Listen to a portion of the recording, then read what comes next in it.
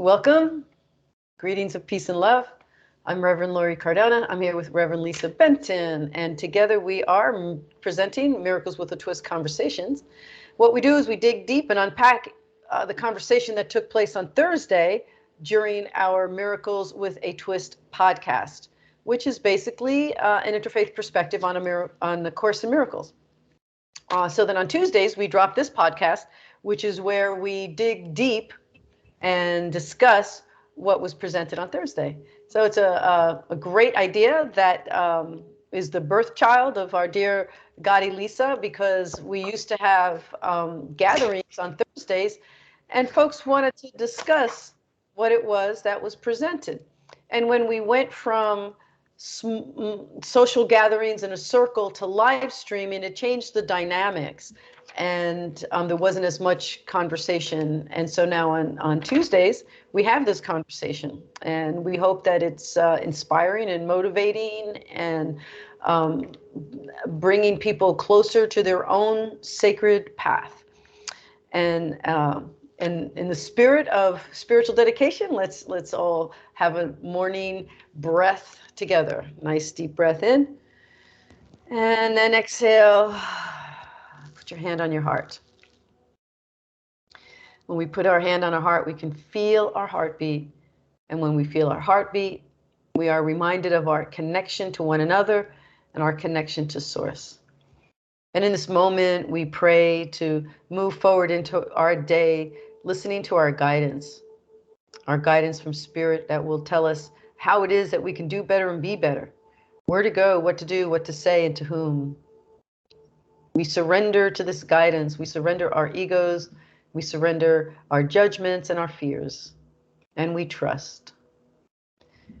We pray to love, inspire, go higher, and to join with one another as brothers and sisters, mighty companions and kindred spirits. In awe of Spirit, in awe of one another, we humbly move forward into the day and into every day. A deep sense of gratitude.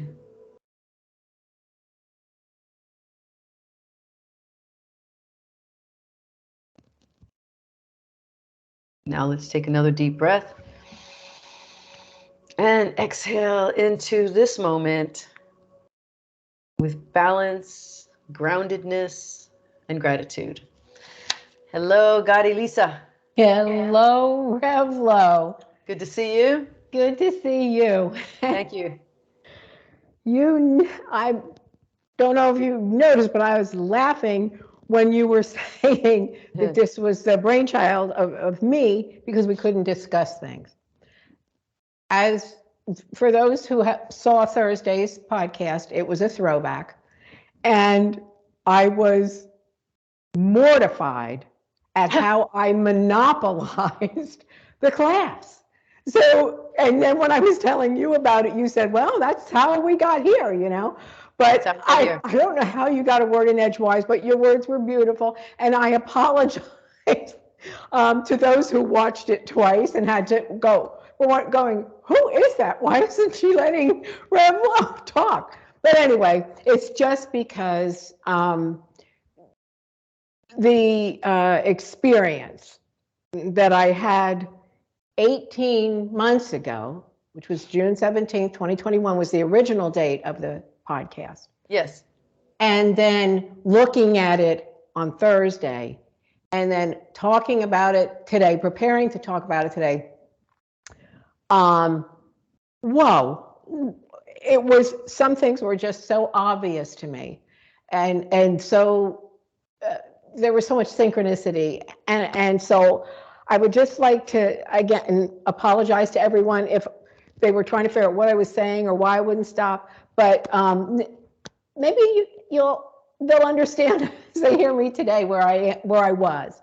When I opened the book, the lesson that you chose at that time, both days, was lesson 164. And that's now, are we one with him who is our source?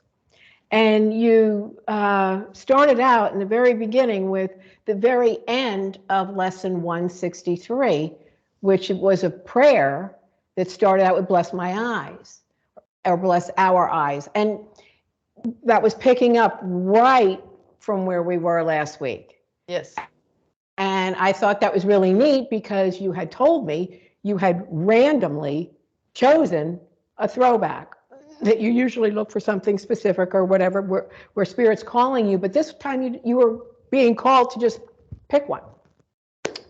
So I, of course, I have my computer on and I'm dialing you up there on the video, and I open, in the meantime, I get my book, my Ken Wapnick, and it's lesson 164, and I'm like, oh my gosh. I don't know if anybody can see, but there are circles and arrows and lines and stuff written in the margins on every page. And I was like, oh my goodness, how did we get anything done that day? And then, of course, I turned it on and I heard, because I took over.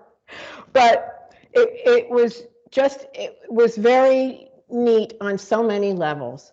And of course, to start out with the eyes, there are no coincidences. It was synchronicity. It's time for us to continue to look at how we see things and getting to the point of the eyes of Christ or the Buddha mind, whatever.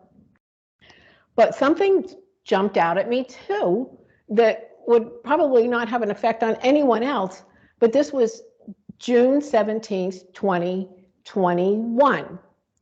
And that was the 6-month anniversary of my dearest, most, I don't even know how to describe her, my auntie, who was also my big sister, my confidant, the love of my life, had passed away on the 17th, 6 months earlier, of ALS, which was it was just awful. And I was obviously, when I saw that date and saw all these things and listened to my voice, I was like, oh my gosh, I went and continued to have my issues, but I was going through a terrible time. 6 months was not enough to be even close to where I could find any peace. And it showed up in here. Well, the next thing that jumped out at me was, and there's no mention of it in any of my margins or notes or circles or arrows or anything, that this lesson sounds like a beautiful poem of how to get to peace. It is absolutely beautiful. Because I'm using Ken Wapnick this year. As I read it, I decided that I was going to, because you were picking out some beautiful, beautiful things, and I was like, so after the class, decided just to read it without the commentary and all that kind of stuff, and it was just this gorgeous flow of peace. And a lot of times I can feel, I can't say Jesus attacking me because Jesus doesn't attack, but I feel like, ooh, wow, I messed up, you know. And, but in this, it's even addressed about not feeling the way probably I was feeling at that time when I was taking that class, without saying, hey, snap out of it, people die. That's not what it said. But I didn't hear until this time this beautiful poem to me about Auntie leaving this world and being with me. Even Ken Wapnick had said, and I loved his words, he said, with new eyes and new ears, we are seeing a new perception as we hear an ancient voice. Now, I hadn't underlined that or circled that or anything until this time, and it stuck out. It just resonated with me, and that was so beautiful, because to see with new perception and hear an ancient voice, I could actually feel the presence of God, and which is an ancient voice, but could see and hear this beautiful poem that he had written many years ago, but was to me. And I just found that the entire lesson was so beautifully done at a time when I didn't see it. I couldn't see it in 2021. I couldn't see it. But now, today, I can't not see it. And what is even more interesting is that today is January 17th, and it's the second year of the passing of my auntie. And we're talking about this.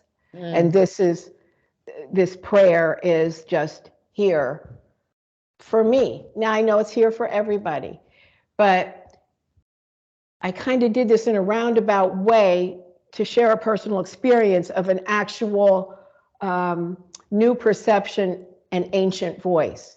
Yes. Wow. It just is so amazing to me, and I am so grateful and humbled, because it has been a journey with me and the loss of someone who we never even discussed dying together, because we were never going to die. My auntie and I, we just probably assumed in the back of our minds we were always going to be together. So it was just, it was very difficult, and it still has its moments, believe me. And I have used the course a lot to get me through things.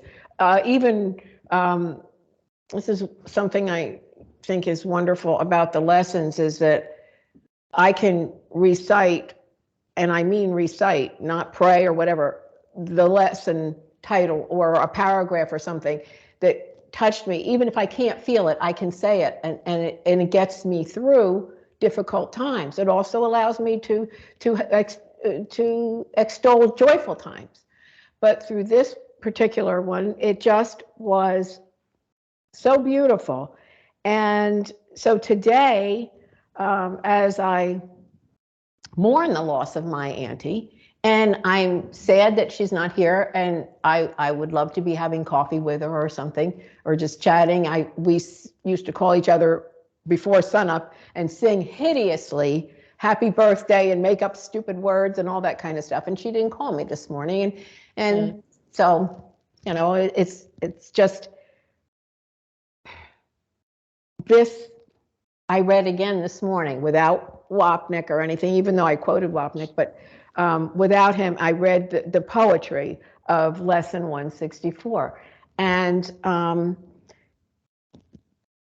throughout the week, I was actually going to look in the concordance and see how many times seeing or see is used in A Course in Miracles, because it is so essential to see this new perception, help me to see this differently, with this from this ancient voice. And I just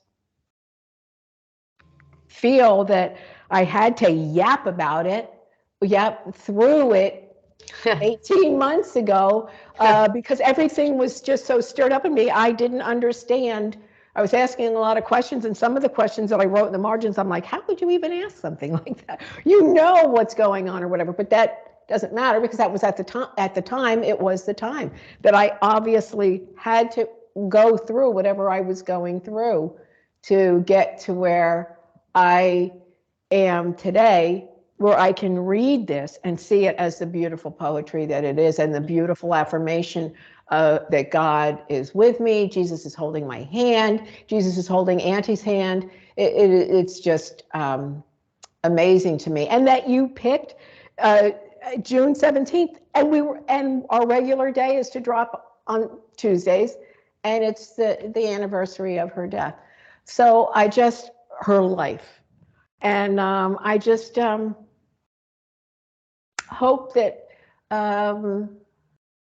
I wouldn't want anyone to experience what I experienced. But we all do experience difficult times. And if the seeing a new perception as we hear an ancient voice can stay with us, what a blessing that is. And if those who are listening, and I of course have it circled and arrowed and highlighted, you use this as a meditation in the class. And this is just a sample of how beautiful this lesson is. This is paragraph 4, and it says, "There is a silence into which the world cannot intrude. There is an ancient peace in you, carry in your heart, and have not lost. All this today you will remember." Beautiful. It really, it's just, it touched me when you read it on Thursday. It touched me several times that I've read it, and it just, this ancient voice, it's always there. It's always in us. It's always in us. And so I just would like to thank you for going with Spirit, picking what you picked, and because I don't think that I cannot recall something, a class or a lesson or whatever, that touched me the way this did. You have said several times in classes to take Jesus' hand. Just Jesus, it says, take my hand, I'm with you, take my hand. And I was able to allow Jesus to take my hand. Yes. And that, at a time when I couldn't have wanted it more, and it did not make me sad. It made me, I know that Auntie had Jesus' other hand, because we're never apart. We're always together, all of us. One big happy family. It's just hard to, and like family, it can be pretty kooky. But so there you have it, RevLo. Yeah. So I love the idea of seeing the later lessons as poetry, because they do shift into iambic pentameter. And Helen didn't even know how that happened. It's just suddenly the rhythm. Goosebumps. Yeah, suddenly the rhythm changed.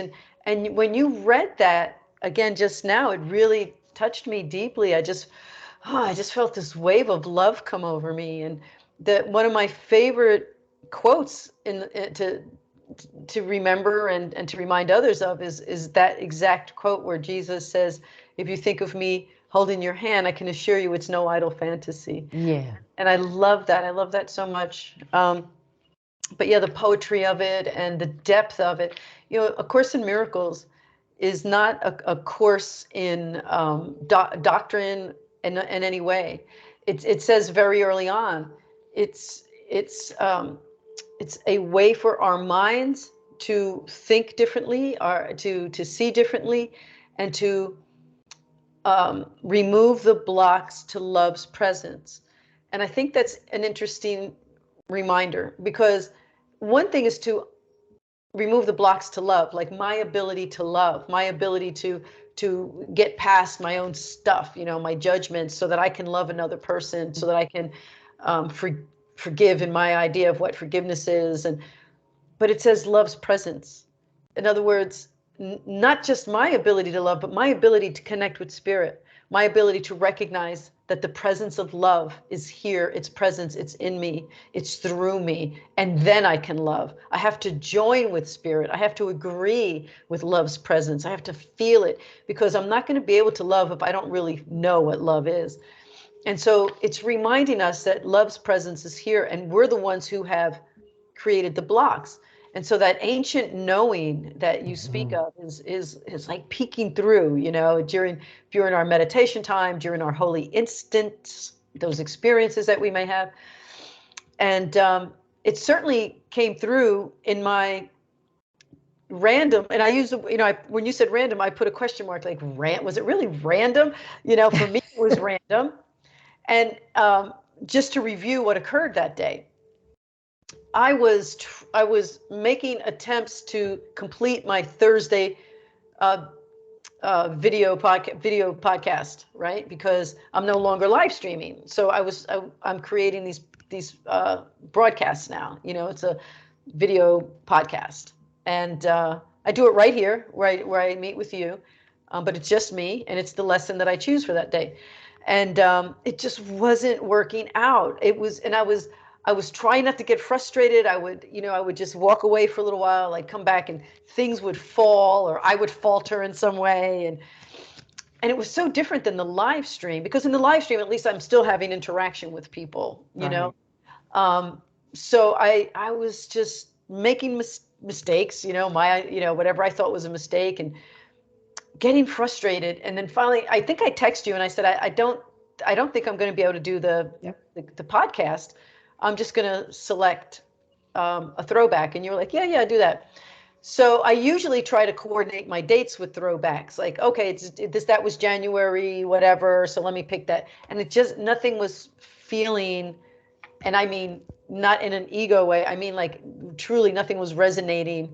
And so I just started spinning, like, spin the dial. I just started spinning up and down the playlist, because there's like over 100 and some playlists on there now, on the Miracles with a Twist playlist. So I'm like, there's not 100 playlists. There's 100 videos on the playlist for Miracles with a Twist. So I'm like spinning. And then I just stopped it. And I said, whatever it is, I'm not going to fight it. This is not me anymore. This is not a random selection. I should have posted it as a spirit selection, because that's truly what it turned out to be. So then I watched just the first few minutes. I haven't even watched the whole thing. So when you say, oh, I was interrupting, I don't even know that, because I just watched the first few minutes. And the first few minutes was the quoting of the prayer on 163 about the opening of our eyes, the blessing of our eyes. And I said, oh, we were just talking about having new eyes, and you were using the analogy of my glasses, that seeing versus true seeing. And I thought, well, I guess there's this bridge, to the conversation. And so I chose it. And then you were like blown away by it. And I had no way of knowing. I had not thought about dates. I had not thought about whatever was occurring in your life 6 months earlier. It was just, look, I've been doing this all day. I spent the entire day trying to make this happen. So I had to give it up. And I don't know if it's you who reminded me, but I had a guest for the weekend, someone who reminded me, I think it was her, she reminded me that I told the story one time of trying to find an oracle reading for a student of mine that I was counseling. And and I was so resistant to the pack that I picked up. And I was like, nah, that's not the right one. And I put it in, and I was like shuffling around, because I got a lot to choose from in my oracle card selection. And I pulled it out, and it was the same one. I was like, oh, okay, let me get out of my own way. That's the same thing I did on Thursday. Let me get out of my own way. And so I chose a card while I was speaking to the student, and he was like, oh my God, that's exactly what I needed to hear today. And I was like, well, guess what? You almost didn't hear it, because I was resistant.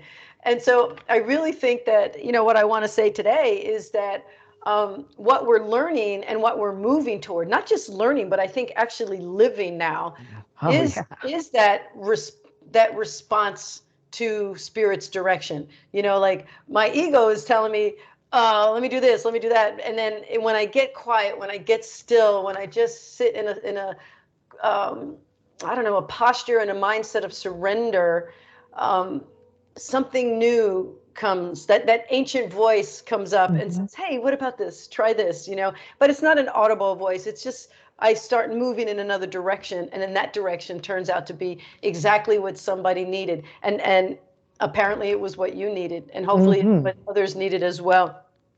And it's just like the other day, I participated with some other folks on what we call a quantum forgiveness sound healing workshop. It was 4 hours. It was very powerful. And when I posted it in my daily WhatsApp text that I send out, I said the quantum forgiveness worship instead of workshop. And then when I went to correct myself, it's again, Spirit was like, yes, it was worship. It was so powerful. It was so sacred. It was an act of worship. And so that's what I said. You know, it looked like a mistake. It looked like a typo, but turns out I believe it was the right thing. And more as we tap into that ancient voice without really doing anything. It's not about looking for it. It's about not looking for the ego. You know, when we release the ego, then this other beautiful direction, guidance just shows up. You know, it's kind of like if I'm headed to visit you up in Palm Coast and there's a roadblock, and I think, but Lisa said this is the way, so I'm just going to stay right here on this road. I'm just going to stay right here, and I'm just going to wait until this, you know, I'm going to bang my car into this roadblock until I can get past it. Well, you know, there's probably another way. Yeah. I probably need to just back up and take another road, you know, and that's what it is when we bang up against the ego. You know, it's just like hitting that roadblock and saying, but I want to go this way. I want to go this way. And just go, oh, wait a minute. I think there's another way, you know? And so we back up and we take that other direction. So that's what I'm hoping that we all find as we move further into the sacredness of every day and the sacredness of what we do and how we interact with others. And I heard this guy, I don't remember his name, but I just jotted down the video. I put recovery guy. There was this guy, my cousin Manny was a drug addict, and he was found dead in his chair. Just, you know, people were looking for him, waiting for him. They finally had to break into the house and they found him dead in his chair of an overdose. And this was years ago. And when that happened, I was trying to find peace around his death. And I was looking at information from other people who were in recovery and who were dealing with a lot. And Libby was one of them. She was one of them who talked a lot about friends who just, you know, died of overdoses, and she eventually did as well. And so I was looking for information and just guidance and comfort. And there was this guy, I don't know if he called himself the recovery guy, but somehow I think he did, but he was in his car and he's all tattooed and he's sort of thug looking, but so humble, so humble. He was speaking about the fact that recovery saved his life, and that no matter where he goes in the world, there's a place where you can find a group. You can even be in an airport. If you're in an airport and you're afraid that you're going to go to the bar and start drinking, you can go to any counter and ask for a friend of Bill W. And they'll announce, is there a friend of Bill W. in the area? And somebody will come. Somebody will come. And he was talking about how powerful that is, knowing that no matter where you go, there's a place where somebody can join you. You know, or there's a place where you can go and find a meeting, no matter what the language, no matter what the country, no matter where. And then he said, and then I went to the ocean. He said, and I was standing at the oceans, at the edge of the ocean, and I was thanking God that anywhere I go, I can find comfort. And he said, and then I realized that the ocean was made for me. And he said, oh my God, everywhere I go, I can find trees and I can find breeze and I can find ocean and I can find rivers. And he thought, we all have to wake up and remember that this was made for us. This is here for us, no matter where we go, no matter what we do. So if you're not in recovery, you're just a person looking for comfort. You're looking for God's presence. You're looking for love's presence. just look up, look at the trees. Right now, I'm Yep. looking at palm trees swaying outside my window, that there's so much beauty. I'm getting like teary just thinking about I this. Like, get it. there's so much beauty that is there to remind us of love's presence. And sometimes there's a lot of things that are not beautiful. I was looking at a picture. I was showing a friend of mine this picture that I did back when I was doing the whiteboard pictures to correlate with our lessons. And I drew a picture during the fires in California, and so many people were losing their homes.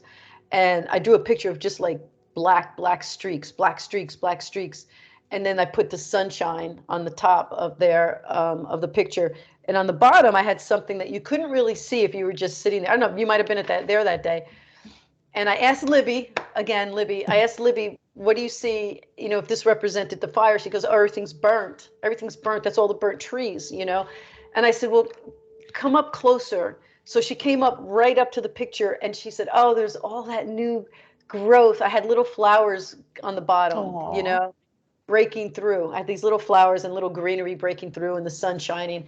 And it was a reminder that even in the worst of times, even in the most horrible times, there's always renewal. There's always the sunshine. There's always the little tiny budding of something new that we can hold on to and we can believe in.